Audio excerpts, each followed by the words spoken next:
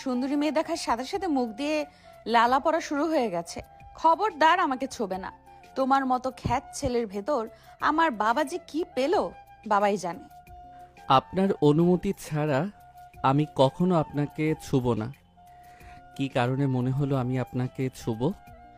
আবার আমার মুখের উপর তর্ক করো। তোমাদের মতো ছেলেদের আমি বেশ ভালোভাবেই চিনি। আমার বাবাকে পটিয়ে আমাদের সম্পত্তি হাতানোর পায়তারা তোমার, তাই না? তার উপর এমন রূপবতী বউ পাবে, সুযোগ তো হাতছাড়া করার নয়। নাহিদ অবাক হয়ে তাকিয়ে রইল রোদের দিকে। মেয়েটা এমন আচরণ করছে কেন?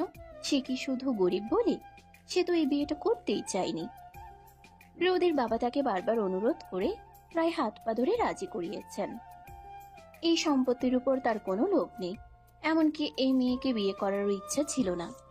তবুও আজ তাকে বিনা দোষে এত বড় অপমান সহ্য করতে হচ্ছে।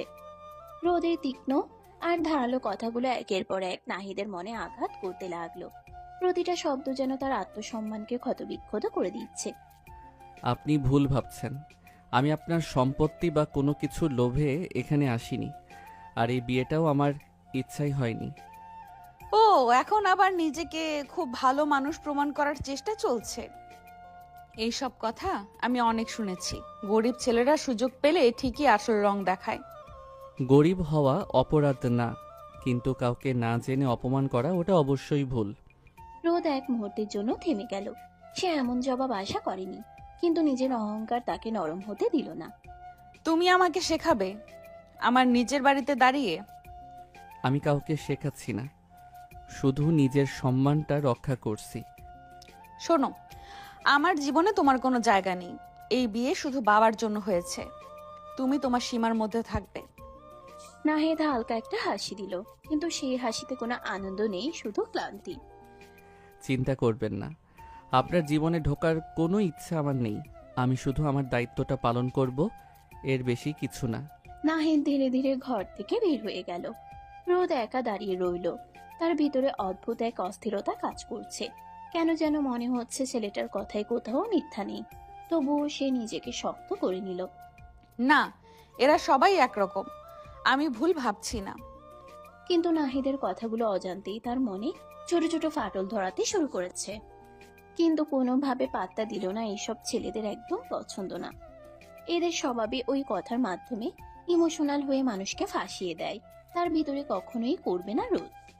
নাহিদ ধীরে ধীরে সিঁড়ি বেয়ে নিচে নেমে এলো। বাড়িটা বড়, সাজানো গোছানো, কিন্তু কোথাও যেন তার নিজের বলে কিছু নেই। লিভিং রুমে এসে চারপাশে একবার তাকালো। সবকিছুই পরিপাটি, কিন্তু তার থাকার মতো কোনো জায়গা নেই। একটা দীর্ঘশ্বাস ফেলে সোফার উপর থেকে একটা কুশন তুলে নিল। নিজের শরীরটা এলিয়ে দিল সোফার উপর। চোখ দুটো বন্ধ করলো, কিন্তু মাথার ভেতর চিন্তার ঝড় থামছে না। এই বাড়িতে ঘর জামাই হয়ে থাকা, এটা তো কখনোই চাইনি আমি। রাহিল খানের জোড়াজুড়িতেই এখানে থাকা। মানুষটা তাকে এতটা সম্মান আর আন্তরিকতা দিয়েছেন যে না বলা যায়নি। নিজের বাবার কথা মনে পড়তেই বুকটা হালকা করে কেঁপে উঠল। যদি বাবা বেঁচে থাকতেন, তাহলে হয়তো আজ এই পরিস্থিতির মুখোমুখি হতে হতো না। চোখের কোণে অজান্তেই জল জমে উঠল, কিন্তু সে দ্রুত চোখ মুছে নিল। পুরুষ মানুষের কান্না করতে হয় না, ছোট থেকে শুনে এসেছে। রাহিল খান ছিল ওর বাবার বন্ধু। ছোটবেলায় ওদের বিয়ে ঠিক করে রাখে। রাহিল খান অনেক ভালো মানুষ বলে নিজের কথার খেলাফ করে না। আর উনি নাহিদকে ছোট থেকে চিনে। ছেলেটার সম্পর্কে ওনার বেশ আন্দাজ আছে। এমন সৎ নেককার নামাজ কালামি ছেলে তার মেয়ের জন্য দূরবীন খুঁজেও পাবেন না তিনি।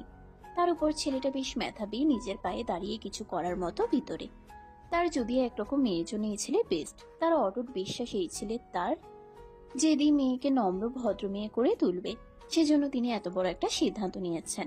নাহিদ শুয়ে শুয়ে নানান ভাবনা, চিন্তা, জল্পনা কল্পনা করছে। ঠিক তখনই পেছন থেকে একটা কণ্ঠ ভেসে আসলো। বাবা, তুমি এখানে কেন? নাহিদ চমকে উঠে বসে পড়ল। এই সময় রাহেল খান এখানে আসবে একদম বুঝতে পারেনি ও।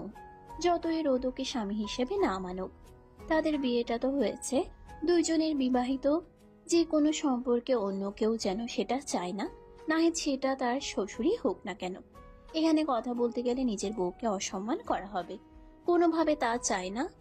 নাহিদ চুপ করে গেল। না, কিছু না, এমনি বসেছিলাম। রাহেল খান কাছে এসে তার পাশে বসে পড়লেন। চোখে মুখে চিন্তার ছাপ স্পষ্ট। নাহিদ এখানে এসে কেন শুয়ে শুয়ে? প্রশ্ন শুধু মাথায় ঘুরপাক খাচ্ছে তার। মেয়ে কেমন সে ভালো করে জানে। ভোলা ভালা ছেলেটা নম্র ভদ্র, তার মেয়ে কিছু করেছে। রোদ কি কিছু বলেছে তোমাকে? নিশ্চয়ই কিছু বলেছে। ও খুব জেদি মেয়ে। তুমি ওর কথায় কিছু মনে করো না বাবা। না আঙ্কেল, এমন কিছু না, আপনি চিন্তা করবেন না। আমি তোমার শ্বশুর, আমাকে আঙ্কেল ডাকছো কেন? বাবা বলবে। নাহিদ একটু অপ্রস্তুত হয়ে গেল, কিন্তু রাহিল খানের কথা শুনে ভালো লাগলো।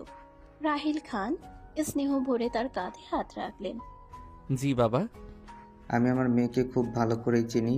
বাইরে থেকে ও যতই কঠিন মনের হোক, ভেতরে একদম নরম। সময় লাগবে, কিন্তু ঠিক হয়ে যাবে। আমি কালই ওর সাথে কথা বলবো।